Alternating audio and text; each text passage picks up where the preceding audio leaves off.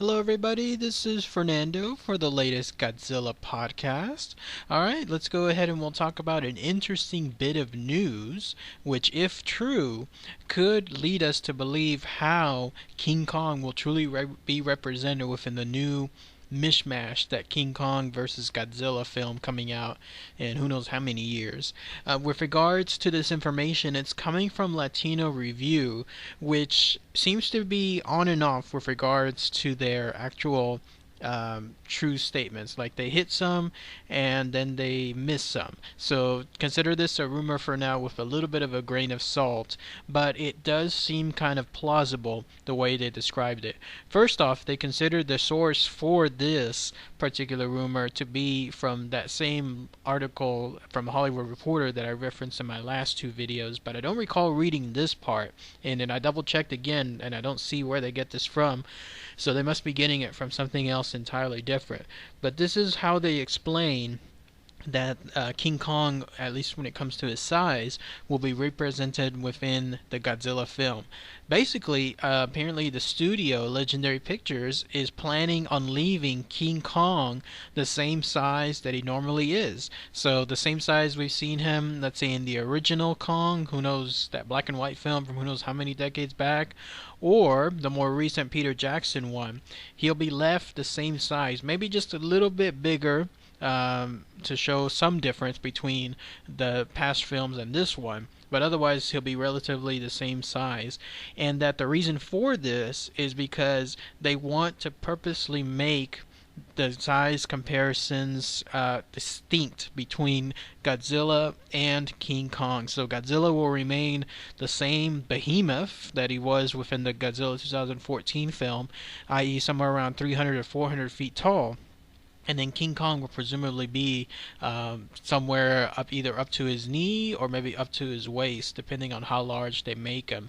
And the interesting thing is that the studio is planning on making it seem plausible because they're going to create specific action scenes or story scenes or fight scenes where this little ape will give Godzilla a definite run for his money, because when you think about it, here's how it makes sense. Godzilla, obviously, in the 2014 film, was still slow and lumbering. There was never any scene where he was almost like rushing. Like, watch the movie again.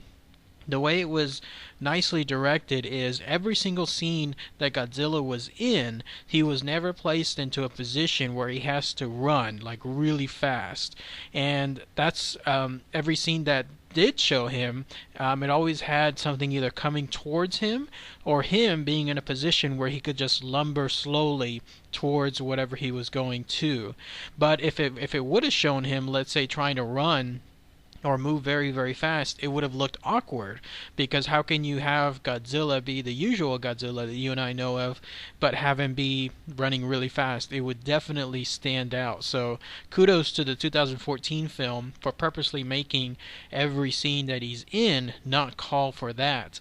So presumably he'll still stay the same, slow and lumbering, and that's where King Kong will have the advantage, because they'll have him apparently be able to fight, to move quickly, jump around, basically be like the Muto, the flying Muto that caused so much trouble for Godzilla in the 2014 film.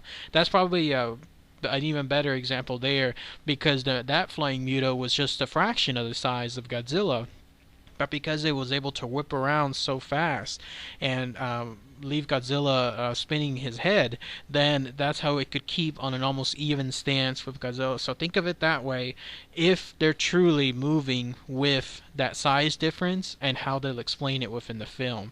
And then the reason that the studio is apparently doing this, a Latino Review says, is because they want them to eventually team up against a common enemy. So sure enough, Godzilla will team up with King Kong to face an even bigger threat, and they want it to parallel, this is where it gets weird, the Jurassic World ending, where the original T-Rex and the Raptor teamed up to fight that new dinosaur that was within the film.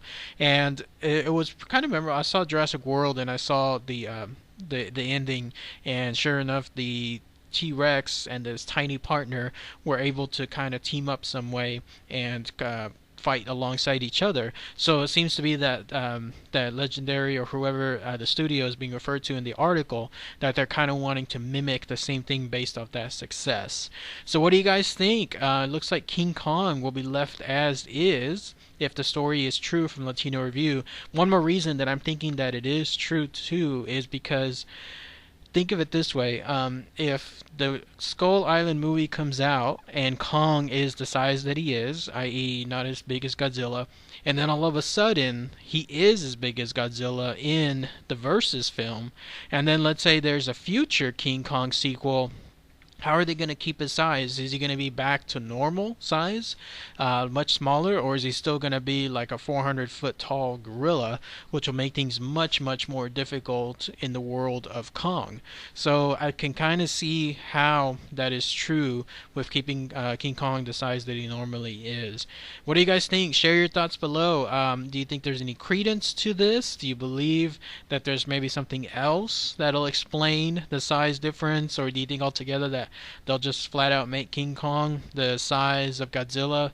Who knows? This is all still very, very early. Clearly, I mean, we're still about like 5 years or so away from any picture with them together. So in the meantime, there's going to be a lot of things that can change, but who knows if this is true in the end. So, alright everybody, thanks again as always. Take care.